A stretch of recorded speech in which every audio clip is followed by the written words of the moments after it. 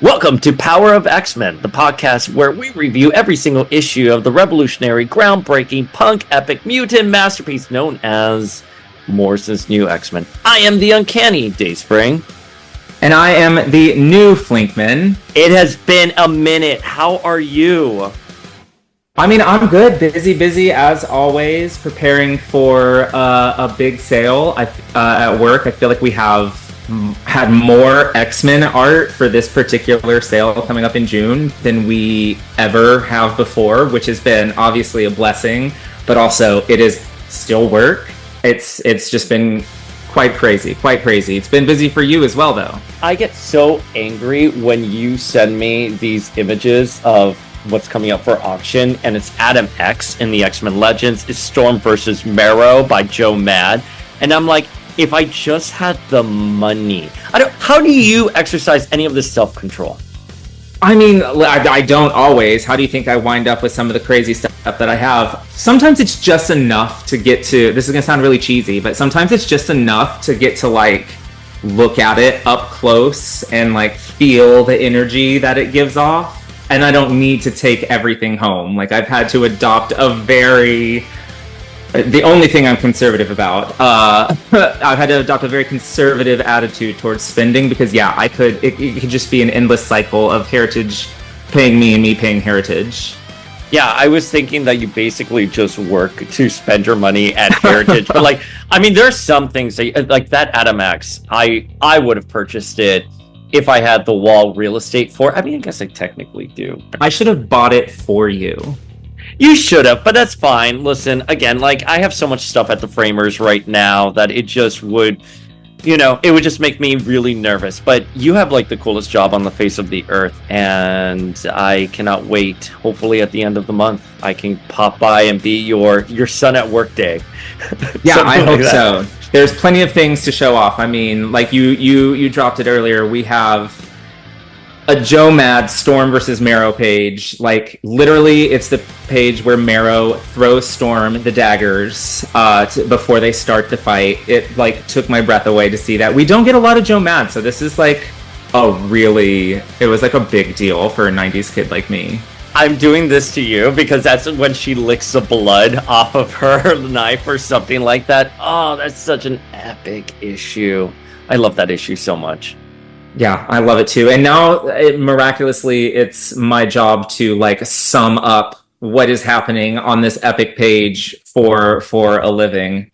A cool perk that I do not take, for granted at all. Have you seen Thunderbolts asterisk? I did see Thunderbolts asterisk, and yeah, I want to ask you first because I feel like I am not as down on the MCU as most people. I really enjoyed the Marvels. I really enjoyed She-Hulk. I really enjoyed Hawkeye. There have been some really great things. I have enjoyed consistently things across the last few years, whereas I don't think most people have, including you. So I'm curious for your opinion first. Yeah, I hated She-Hulk, and I love the character, and obviously it had nothing to do with messaging, but I just thought it was a little uneven. I love the Marvels. I thought we were on the same page about the Marvels. We are. I love the Marvels. I thought the Marvels gets unnecessary hate. That was such a fun movie. Definitely better than Thor, Love and Thunder. Oh yeah, hands down, no contest. Wait, so you loved Ant-Man and the Wasp: Quantumania?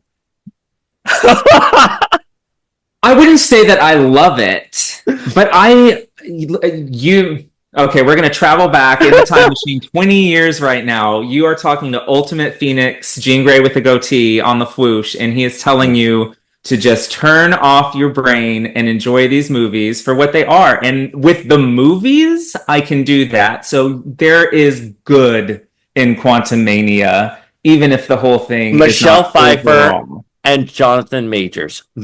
I could have watched the entire movie of them sitting down and having a wonderful discussion in the quantum realm.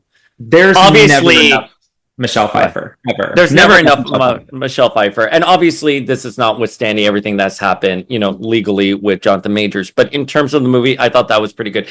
I thought Thunderbolts was great. I thought it was great. I thought it was fun. I like the Sentry. I'm not a diehard Sentry fan, but I love the original comic. I read it as it was coming out well, I don't think I read it when it was coming out. I probably read it around the same time I read Alias, because I remember reading those back to back from my comic book store in Tallahassee. And I reread Sentry a couple years ago, and then I read the Jason Lowe Sentry, which is very different. Which I have not read. It's interesting. It's a very different take, but I was excited to see Sentry. I think Yelena is fantastic. I wasn't sold on some of the other characters going into it, like Red Guardian or Ghost. I was never like a diehard fan of those, but I walked out being a diehard fan of everyone in that movie. I thought they were all great. I thought it was a fun movie. I will say, I don't think Turn Off Your Brain is sort of the approach I would take for this movie, only because I think there are really nice themes in there. My only criticism would be that I think they could have done a better Act 3 fight, but that is such a minor little thing to put there. I thought the movie was great. Oh my God, you hated it. You hated it. No, I liked it. I liked it a lot. I liked it a lot. I loved it. And let's be real, like, I was waiting for you to be like, "Oh, I hated it." I mean, let's be honest. The only character that I care about, quote unquote, in this movie is the Sentry, like you said. And I think whereas you're like a Paul Jenkins Sentry fan, I am a big, I can't believe I'm about to say this, I'm a big Bendis Sentry fan. Like the Bendis Sentry New Avengers arc. I mean, listen, maybe I haven't read it in a few years. Maybe rereading it now, it wouldn't hold up. But I remember at the time really enjoying it, and that's what made me go back and read the Paul Jenkins Sentry series. Also love that, but like you always kind of love your entry point a little bit more, and I thought that this was a nice adaptation of kind of the Bendis version of it a little bit. I do think the Void could have been a little scarier, but after the disaster that was the leader in Captain America 4, I think playing it safe is probably okay. And the thing, and you kind of said it, like I didn't care about any of these characters, to be quite honest. Even like Yelena has been amazing. I mentioned earlier, I love Hawkeye. That I watch it like every holiday season. I'm gonna watch Hawkeye forever, and she's obviously great in that. So I was enthusiastic enough for probably more for Florence Pugh than for the character that she's playing. But anyway, my point is I thought, for not caring about any of the characters on any sort of deep level outside of the Sentry, I'm really impressed by how much I enjoyed it and enjoyed these characters and enjoyed their dynamic. And I think although I will say I saw the Taskmaster twist, like as soon as the marketing for this movie started hitting. Yeah. I don't know if you knew spoilers on that or anything, but I definitely, because she was all over the marketing materials, but the trailers she was in like a blip, one scene for 1 second. I was pretty upset about that. I had gotten the tea a while ago. Someone had said like, "Oh, don't get too attached to Taskmaster," and I was like, "Not a problem," But, no big deal, no big deal. But I will tell you, I was attached to her the second I saw her on screen. I thought she was really good. I was sad about that. Yelena, though, it's interesting. I love Florence Pugh very much. I told Jeff and Rod, one of our familias was in town for a gala, and he came in from New Zealand, and we all saw it together. And I had said the only thing I really knew about Yelena prior to the MCU was that Greg Horn cover from like the Marvel Select figure. That was my only POV on Yelena at all. And it's objectification lens aside, it's a fun cover for a gay boy. I'm like, oh, she looks fabulous. You know what I mean? I had no qualms with it. So I didn't know too much about Yelena. And Florence Pugh made me really care for the character in a very real way. So I enjoyed the movie. I didn't think I think it's a little unfair that it's not getting the box office it should, but this was the same situation with the Marvels. And I think people are just coming for Marvel and Disney, and they want any excuse to be unhappy. And I mean, to your point about, like, I think some people would be better off if we just enjoyed the movies and go there, and not everything has to be a larger cultural conversation, if that makes sense. Yeah, no, and I think kind of where I'm at with this right now is because I'm going to be honest with you. I saw it with my husband, with Kenny, Yeah. and he did not like it. Oh, Uh, Kenny. he didn't enjoy. He said he didn't enjoy it. I don't want to press. He, I why? didn't Get press. him on the Zoom right now.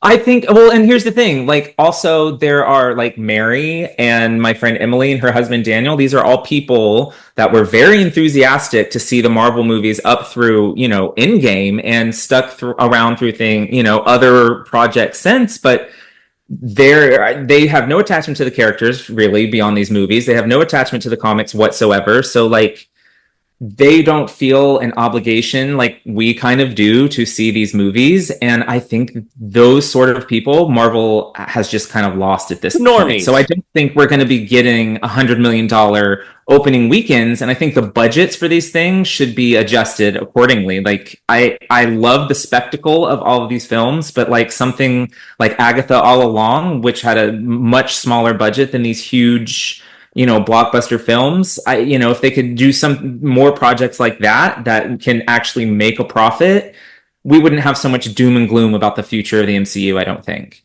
I agree. It's funny that you mentioned Mary and some of your other friends because like my barometer is also like my dad.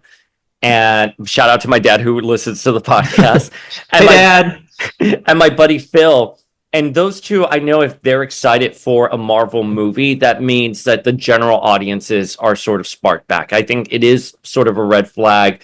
Um, I will even say it. I think there is some kind of superhero fatigue. We see it on engagement, on the podcast and on the social medias. But it's a shame because I think Thunderbolts is really good, and I think it would be a disservice if people don't go see it. I think it's a fun, well thought out movie. The characters are cool. They're really fun situations, and it's really weird to see the Sentry brought to life with voice. Although I will tell you, here's a blind spot in my knowledge among many, but Marvel knowledge is I don't really understand the Void other than it's sort of symbolic of his depression in the initial Yes. run, and that a sliver of it went into Emma Grace Frost during the Utopian era, and I hated that plot point so much when it happened. I fucking remember thinking Necrosha is forever ruined because when Emma walks out and she's here like, am I hearing voices or is that just the Void messing with me? I was like, no, don't mention the Void for the story. Listen, she could at least she had a means of dealing with it. And we can't, shout out to Scott Summers, and you know what? Shout out to Jean Grey. Yes.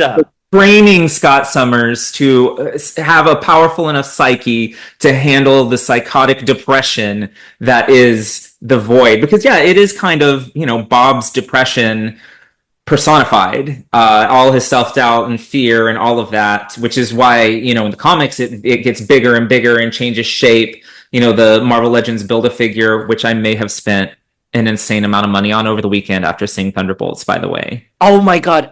So there was a Marvel Legends Sentry at our CVS in Yeah, Jersey City that had been there for 2 years or however long it's been now. I went yeah, to go get it like the day it's before and it gone. was gone. It was gone. I was so, She and I gone. wasn't, I was going to pay $77. I think I found him for 77 somewhere.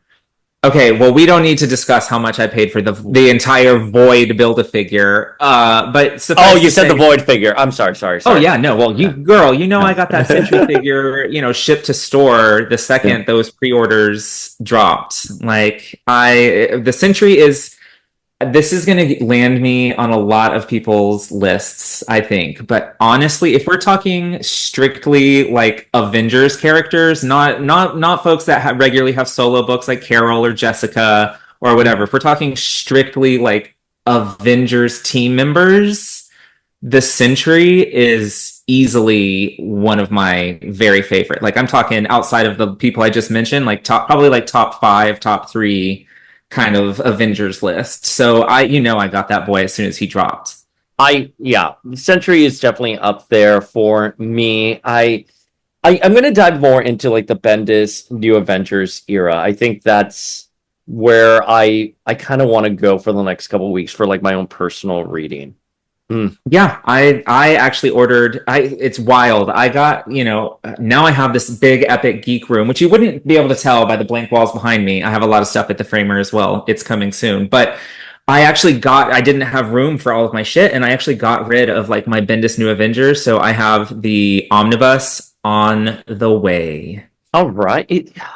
Who was the art? Was it David Finch? Is David Finch the artist? David Finch did some of it. Steve McNiven did the Century arc.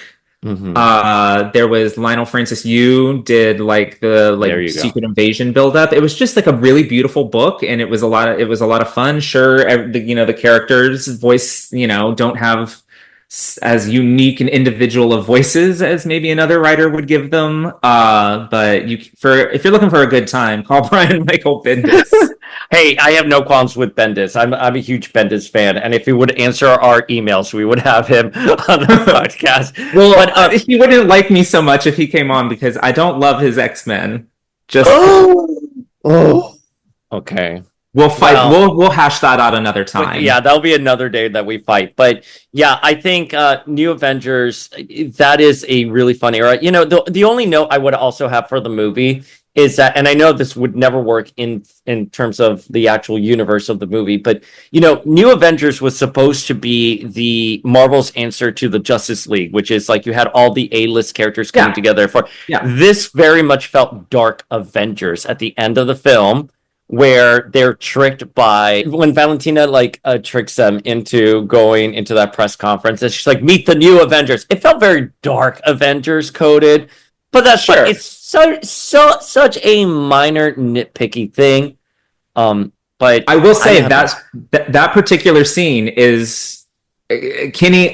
Whatever he says about the overall film, he laughed when she tricked them into go into a press conference. That got a laugh out of him. It got a laugh out of me. That was a really great scene, and I don't mind the use of New Avengers because I love the idea that we have like a legal battle for the use of the Avengers name with Sam Wilson, and I can't wait to see who's on his team. I don't know. Okay, let's talk about that post credit because I thought Sam, why does Sam have to sue? Like that just seems so beneath him. It seems so fun. I'm sorry, but my audience, Jeff, gasped at that final scene where they see the ship coming into orbit, the interdimensional vehicle, and it flips, and we see the Fantastic Four, and Jeff was like that. I was like. I literally just looked at my audience was very dramatic. I have to tell you, they were laughing, they gasped, when the little girl got swallowed by the void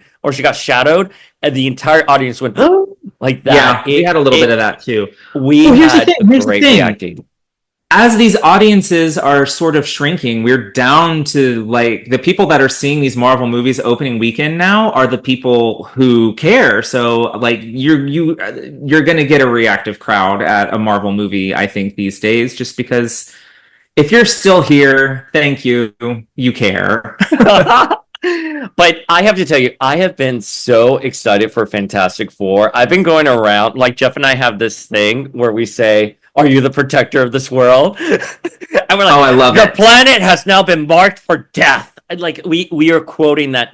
We have Fantastic Four fever. Oh,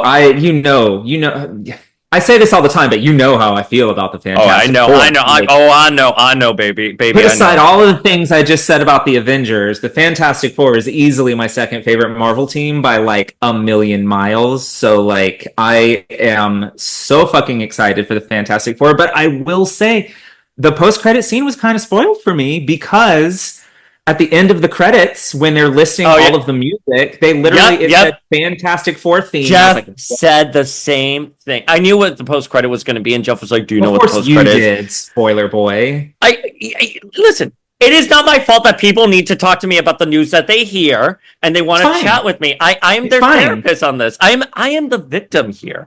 But Jeff saw that and he's here "Oh, why do they have the Fantastic Four theme listed here?" I was like, "Oh, maybe it played somewhere in the background." And I didn't want to spoil it for him, but he was so happy. But yeah, he too. I knew immediately. I gravitate towards certain personality types. I should have known that you would have known that.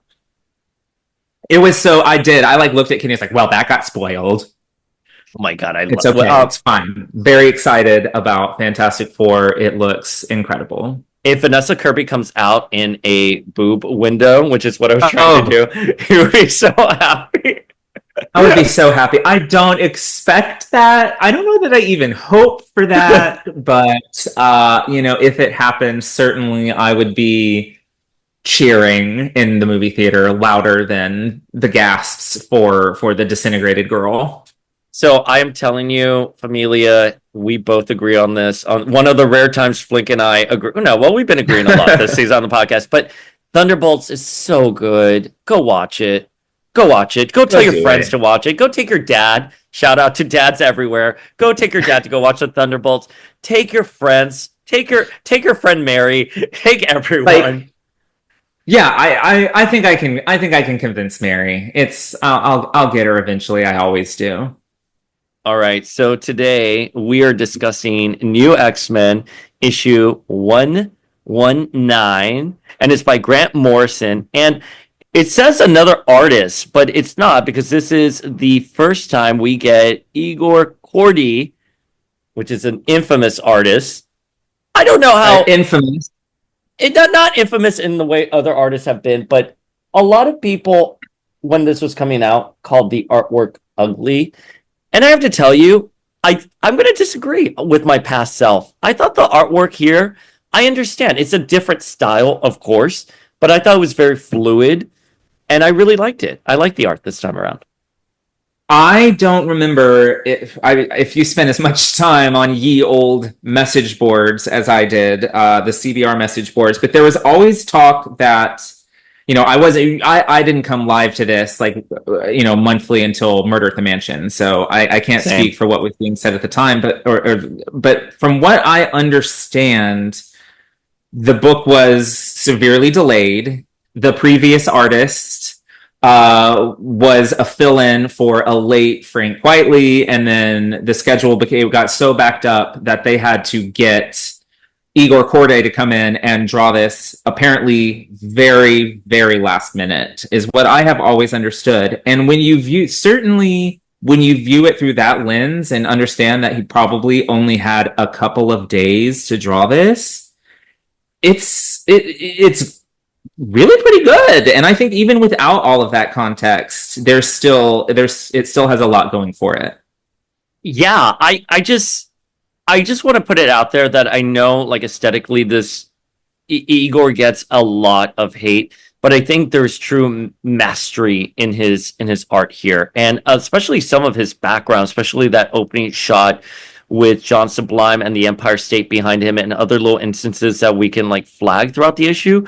But I want to say that I was coming in being like, oh, I remember, always talking about, anytime we got an issue with him drawing, I was like, oh, it's gonna be ugly. Oh, and no, it's actually great. And we'll talk about that ending. I thought only he could deliver that page, but can we talk about the Frank Whiteley cover of Angel in a costume that do we ever see this costume? No, I don't think that we do. I don't think we ever see this, which is a shame, because she's wearing the oversized new X-Men standard jacket with a really cool helmet with some cool stickers on it. Like, girl is rocking this look. Why didn't she ever wear it?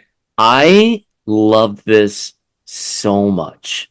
I mean, again, and it's one of these things that I look back now and I'm like, why wasn't I crazy about this cover when it first published? I don't know if it's how it looks digitally, but she looks so cool. I love her helmet. I love the jacket. Is she wearing Skechers? Looks like she's wearing Sketcher type slip-ons. Right. And she looks so badass. She looks so, and then the chain belt, and she has her pierced belly button and all her rings, girl. All those rings. She is fully realized. This is a contrast to the Angel we're seeing in these issues. And a special shout out of all of her accessories to the henna tattoo necklace that all the girlies circa 2001 were actually wearing. So great job, Frank Whiteley. You really nailed that teenager in 2001 look. Oh my god, you're so right. I thought it was those like really thin chokers they used to sell at like Rampage or Charlotte Russe, whatever those stores were. But you're right, Yeah. it is a henna tattoo. So that was It was the so henna big. tattoo necklace. I think we're Oh, thinking of the same thing. okay. Because They're on the same page. henna tattoos were so at Sunset Place in 2001. Everyone was getting henna tattoos. So I understand what you're saying now. We're saying the same thing, but I actually thought you were literally talking about how some girls actually did get henna on their I mean, they necks. absolutely did. All the cool Anyways, girlies. I mean, listen, I if you had like 25 minutes to sit there at the mall, why not? I love this cover. I wish is there a poster of it? I'm gonna Google while we I while we don't chat. think so. I love it that much that I want this framed somewhere in my I apartment. get it. I'll keep you aware if it ever comes the original art ever comes up for auction. You can drop several $1,000s on it. I was like, yeah, like I can afford it. You never know. I can't afford Adam X. I'm not gonna be able to afford Angel by Frank Whiteley. But the issue picks up right where we left off in the previous issue, where it's John Sublime versus Emma and Scott, and that opening page of Emma.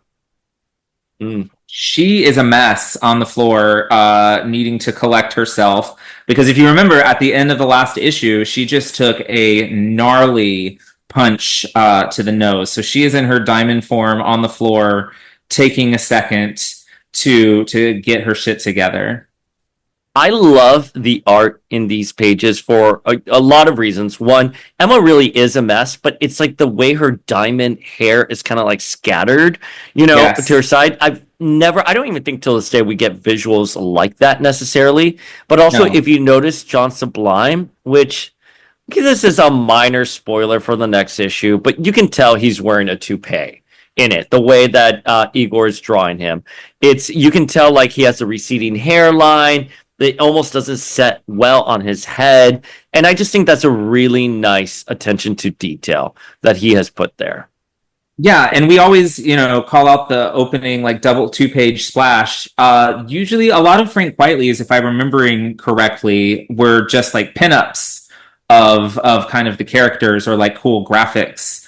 But this is actually like a double page splash of Emma directly in the aftermath, like bleeding from her nose. And the title is like worked into the desk. It's just like the composition of it is really cool. It's, again, as always, shout out to Hi-Fi Design because, Hi-Fi. Emma looking this amazing in her diamond form surely is, much to do with their insane coloring skills. It's much nicer than, like you said, much nicer than I remember it being. I did not notice this as a young man because I was just so oblivious. But now in my older age, I'm like, damn, like Emma, like the position is very provocative.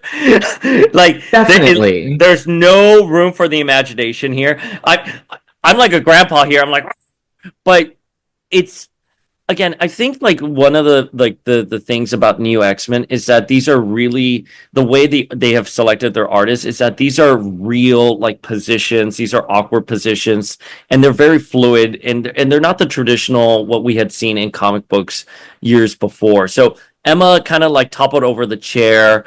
It's really I don't know. Yes, there is this sexuality to it, but also I think it's just like a really cool shot of someone who is just like what you said, a gnarly punch to the face. Yeah.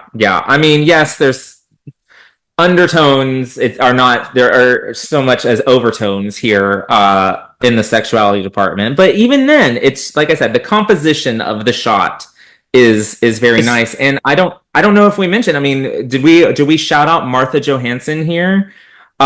We saw her in a drawer briefly in the last issue, but she's out of her drawer making her big first full appearance of No Girl. We love No Girl. Hello, Martha. Welcome. And yeah, so Martha, what were her powers? John Sublime like specifically lays it out. Martha Johansson was a powerful telepathic operator, a broadcaster of psychochaff, which blinds mutant minds. She does it for me. Yeah. So she's a mind control. She has a certain kind of mind control. So if you're not reading this right now, Familia, it's a brain in a jar, and it's Martha Johnson, and she's a hallmark of the X-Men franchise going forward. I believe she will get a body briefly Yes. in Generation Hope. She gets I believe she has a body currently, Oh, does if she? I'm Good for her. remembering correctly. I think she Good had for one. her. Yeah, and I believe that her code name is Sarabella now. All If right. if I know my shit, that's what happened. Okay, well, I completely forgot that she has a body now, but like, good for her. Um, and She's come a so long way in 24 years. she has come a very long way, and so she is repressing their power. So, like, Cyclops really can't move. Emma is in her diamond form, and we do get an explanation that in Emma's diamond form, that John Sublime is saying that she can feel no pain, but she also loses her telepathic protection against Martha. And he says a very astute line here, which will play in later down the line in New X-Men here. Every diamond has its flaw, and yours is your vanity, to Emma. And he grabs Emma by the hair, and he's here like, oh, what can I do with you? We can turn you into like a human chandelier. That'd be kind of kinky, wouldn't you like that? Or how about liquid diamond? And so Sublime is basically admitting that the mutants are just livestock for him and his third species, and now he's going to take everyone, all the X-Men down with him, even the hairy one, which is, of course, Wolverine. I love this four-panel composition of Sublime talking shit to Emma. It's four panels that show his. It's a okay. Hold on. How do I want to say this? It's a static image of Emma's face bleeding from her nose across four panels, and the movement in the panel is his hand moving down from pulling her hair to wiping the blood to like examining this really cool looking diamond blood on his finger. It's a nice, again, the composition of it is interesting. It's nice. Clearly, Igor Kordey thought so as well. He signed the piece right there in the art at the bottom. Which good. Oh, I never noticed that. I never noticed that. IK, it's right there.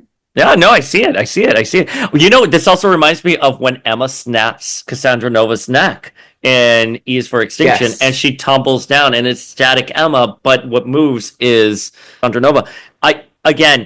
I'm telling you, Igor Kordey, he has I give him all the props, all the flowers. Whether he's framed quietly or not, the fact that Yeah. he's trying to tell this same sort of dynamic storytelling with the panel layouts that no other books were really doing, I mean, it's good stuff. So the scene is kind of like buttoned with Sublime trying to see Cyclops' visor, and it shoots out to what looks like a Statue of David replica, and it hits the penis area. And John Sublime says, if looks could kill, surgery to cut off his head. He wants all the X-Men piece by piece. And again, even the hairy one, which is Wolverine. And then we cut to Wolverine. With a bunch of razors sticking out of his neck and chest, which have been fired on him by the ignorant human who obviously don't know anything. It could be a pretty gory scene, but you know, Wolverine ends it. You're joking, right? And then he presumably just goes absolutely batshit on the human, because on the next page, all we have is a terrified Angel in the back of this ambulance, and Wolverine apologizing for the mess.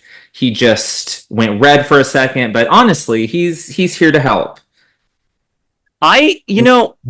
If Frank Quitely's Wolverine was very sexy, Igor's is not, sadly. That is a very, and I see this not to insult like the actual art, as we've established we love, but he looks very rough and like wrinkly in the shot here. But Angel just looks at him and is like terrified. He's here like, I'm here to help you. And she's here like fuck you are. Well, and I feel like specifically Wolverine, I think, is something that people, when I was looking for, information on how this was received at the time, this panel of Wolverine on this page, where he's like, "I'm here to help, darling, trust me," with his hand and claws extended, it was the example of, WTF is this, that I saw in multiple like Reddit conversations. So I do think the Wolverine is a bit rough. but I think that the genuine terror that is communicated by not just Angel's face, she's weeping with her eyes wide open, but also her body language, how she is huddling up on herself, just absolutely terrified. So ugly Wolverine, but really well done raw emotion at the same time. So I can't hate too much. I'm curious as to what your interpretation was, and I'm curious what the Marvel editorial discussions were, because Wolverine is holding his hand out to Angel, as you said. She vomits on it, and later on they will be bonding, and they sort of have this like mishap. Is she supposed to be one of Wolverine's new ingenues, like Jubilee, like Kitty Pryde, like X-23? Like, I wonder if they were setting Angel up to be a Wolverine sidekick. I think so. Wolverine and young. Wow, sounds terrible. Let's not. No, with young ingenues. Yes. Wolverine has a history of training teenage girls. Still sounds terrible. Either way, yes, I agree. My point is I agree with what you're saying. I think Angel was sort of in that archetype a little bit. I don't. It doesn't happen. It will never. This will never resurface again. But it is curious the way it sort of played out here, because again, Wolverine is showing patience and vulnerability and wanting to take care of her.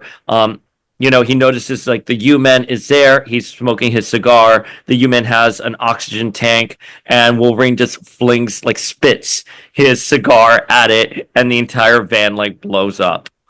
This is another cool sequence. Agreed. It may not be beautiful Wolverine, but it's 4 panels, and then like a fifth of the blank space has a little fifth image of the ambulance blowing up.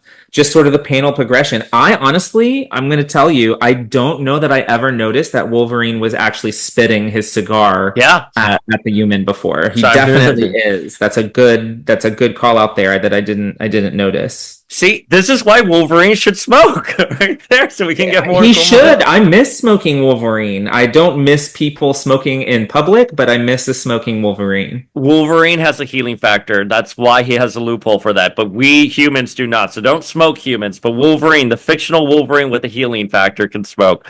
I was at a concert on Sunday night, and literally the guy next to us, if he had sparked a joint, that's one thing. But this guy, he sparked a cigarette at an indoor concert. And I was just like, what year is this?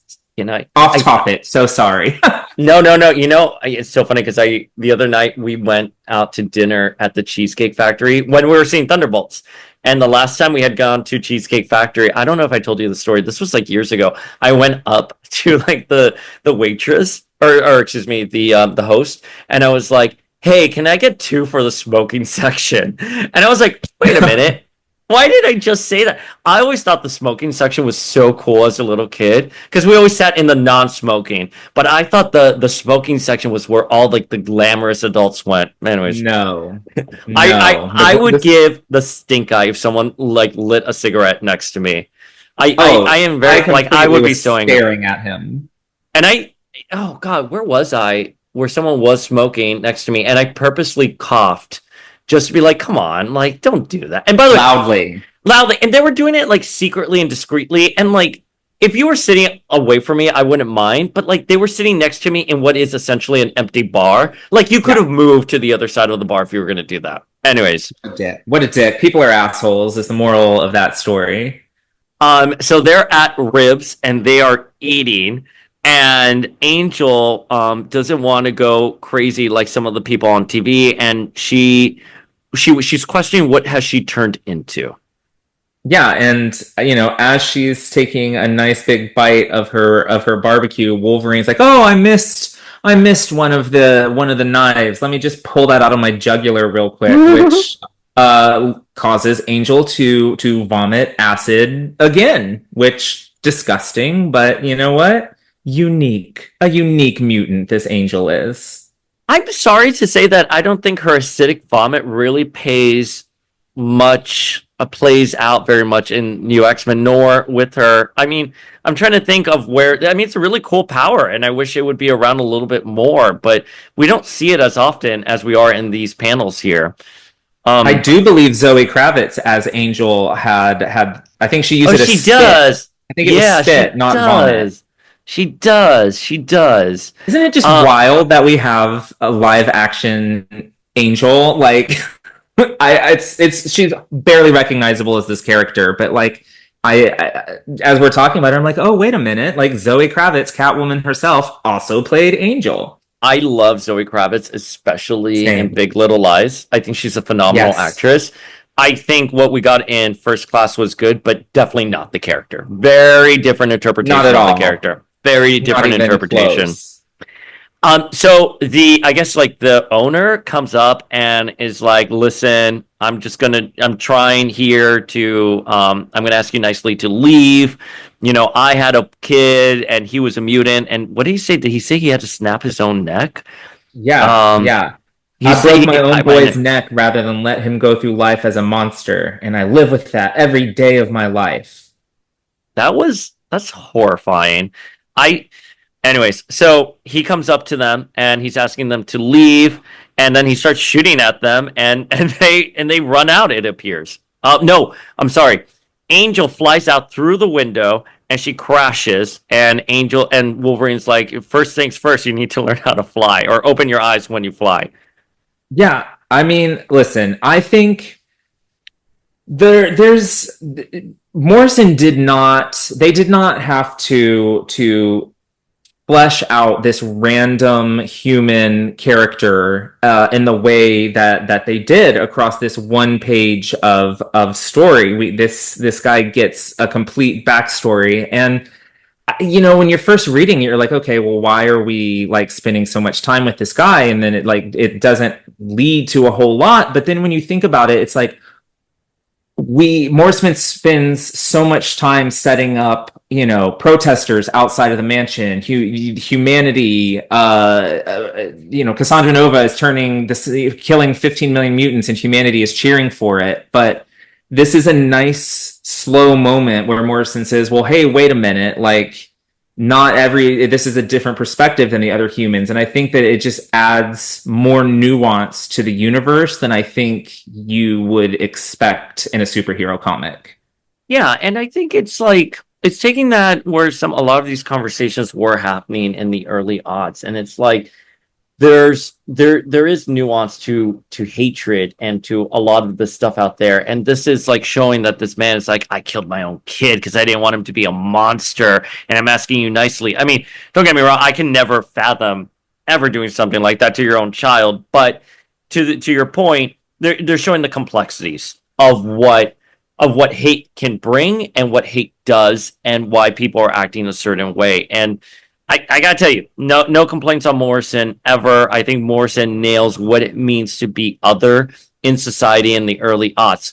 You're seeing an integration in culture and support, but at the same time, a level of anger and bigotry coming at the mutants in a very real way, to the point that this man is shooting at two customers. Well, but to be clear, Angel responds to this man's heartfelt story and asking them nicely to leave by saying, up yours, I'm trying to eat here. I don't want to know any fucked up babies right now, okay? Like, okay, but Angel's like an angry teenager, your first response is to shoot them. I don't know. Listen, I'm from an open carry state. I'm from the wild fucking West here. Like, this man has a right to defend himself and his business. Stand your ground. No, I actually hate all of that. Don't think that I'm some sort of gun nut. Absolutely, don't be firing on teenage girls. For me and my family, stand your ground is a very contentious topic. Oh shit! Yeah, sorry about that. So no worries. Sorry about that. Sorry, Dad, for listening. But yeah, it's listen. The scene is really great. Well done. I love that it's sort of, you know, Wolverine comes out and says, "Eyes open when you fly." And, you know, I think this really lends itself. This is a very humanizing moment for Angel, where she realizes that the life she knew is gone. She's going to be not only was she being abused by her stepfather, but now people are trying to abduct her and run experiments on her. She can't even go to a diner and eat without being shot at. And she's trying to rationalize, saying, like, there's cosmetic surgery, right? I can go back to who I was because her mutation is physical. And it's really sad. And when Wolverine's like, you got a long way to go and you can't make it on your own, I'm going to help you back up. And she just looks at him and the tears in her eye. And again, credit to Igor here because it's beautifully well rendered. She goes, don't touch my wings, you pervert. Okay. Oh, it breaks my heart. Breaks my heart. She doesn't, it's sad because like, this is a character that can't even trust the people, doesn't feel like she can even trust the people that are showing her genuine kindness. And in a way, she doesn't seem to think I don't think she thinks she's worthy of kindness. But she's an integral part of this run. And this is a really strong and layered and emotional start for a character who, spoiler alert, unfortunately doesn't go really anywhere worth mentioning. We don't want to talk too much about New Warriors post House of M. But yeah, no, it's a really strong start for her, and it's kind of a shame that it doesn't pay off in the long run. Outside of the Morrison run. Outside of the Morrison. It pays off in Morrison, but not outside of Morrison. Angel will have lots of plot. No need to worry about her. But for New X-Men. But the next page, where the U-Men are approaching the school, and it's sort of spliced with images of Scott and Emma about to get decapitated on in some kind of hospital setting. But when John Sublime is like, okay, you men are getting there, I'm following along digitally, Mr. Xavier's mutant strike force is down to one uppity redhead and a bunch of gifted children, air quotes, with radioactive acne. I say we pretty much do what we want at this stage. Oh, the shade. What a little bitch John Sublime is. But come on, uppity redhead. I'm gonna add that to my. I love to call her the sacred cow. I love to call her the fire chicken. Uppity redhead is going on the list. Oh, I love it because of the setup that's coming. But my goodness. So I guess, like, listen, Angel doesn't know who Wolverine is. I guess John Sublime wouldn't know about Dark Phoenix. This is way ahead of the days of the internet and everything being recorded, so the public wouldn't know all of these things. But presumably I'm just saying, yeah. And again, Jean in the 90s, especially because of the animated series, is not perceived as an actual threat. Even though in the comics, down by plugs and headaches. Even though, like, you could argue that in the comics she was, but the overall impression for Jean during this era is that she's not as tough as like Wolverine or Storm or Xavier. That she's like D-Team at this point. But Jean, we cut to the manor as the U-Men are coming in. Beautiful rendering of the U-Men trucks getting to the mansion, even just from that side profile. You can really see it's on a like dirt road. And Jean is with Beast.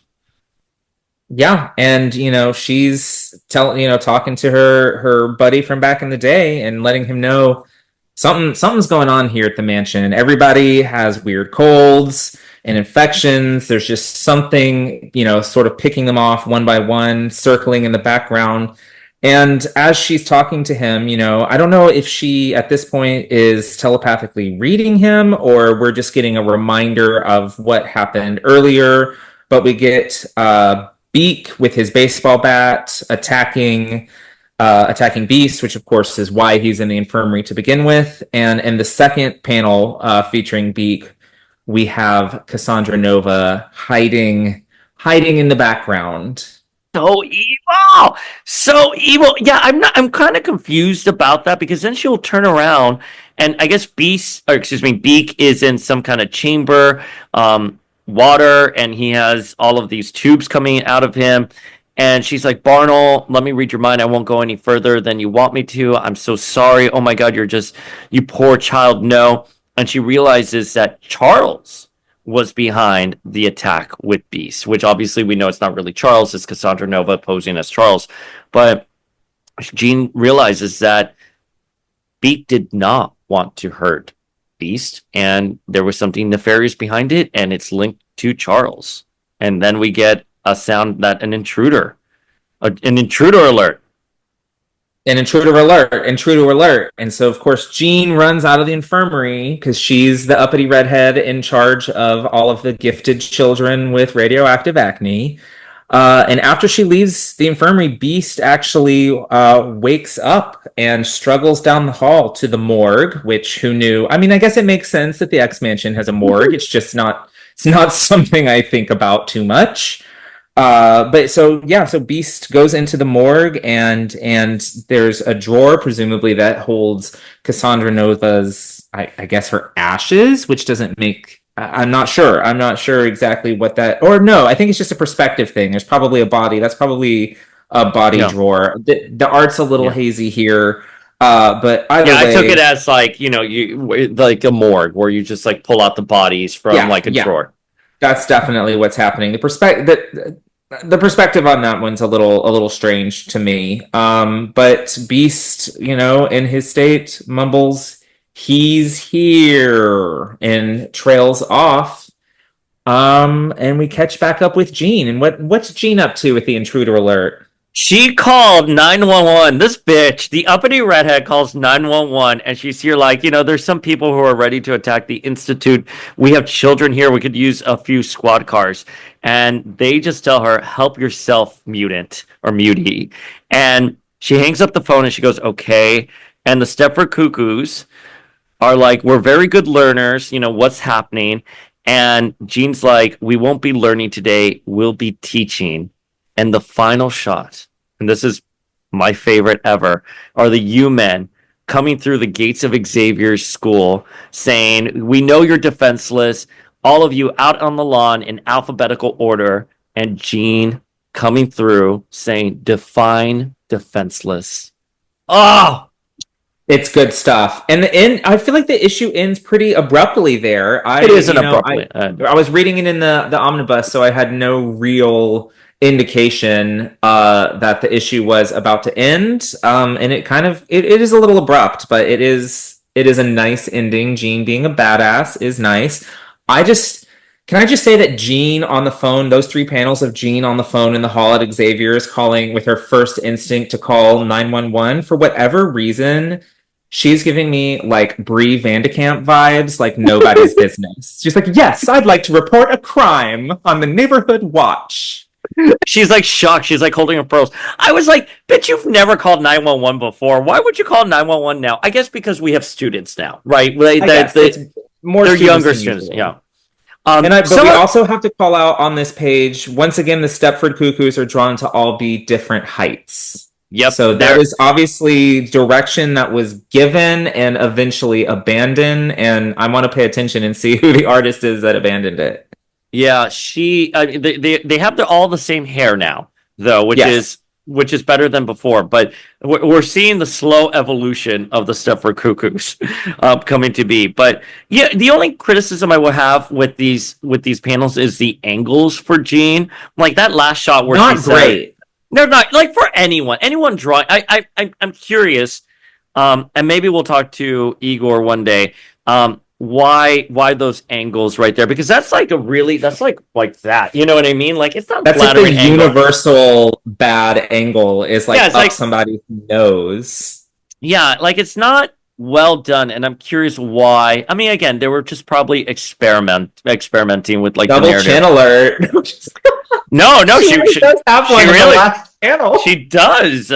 She really does. Poor Jean. She doesn't deserve this. She deserves better. I mean, Emma looks amazing. Yeah, I will say, like, also for like the last page, it does end really abruptly. I would have put Jean like at the bottom instead of the top because, but I mean, it's a beautiful shot. I mean, the U-Men opening like the school gates with their guns and everything. It's gorgeous. Which, to be honest, is the same exact perspective we were just complaining about of Jean and on the page before. But here, we're not up their noses. It's a little more zoomed out. it is a cool angle and a cool shot. It's just not the greatest angle for an individual character panel.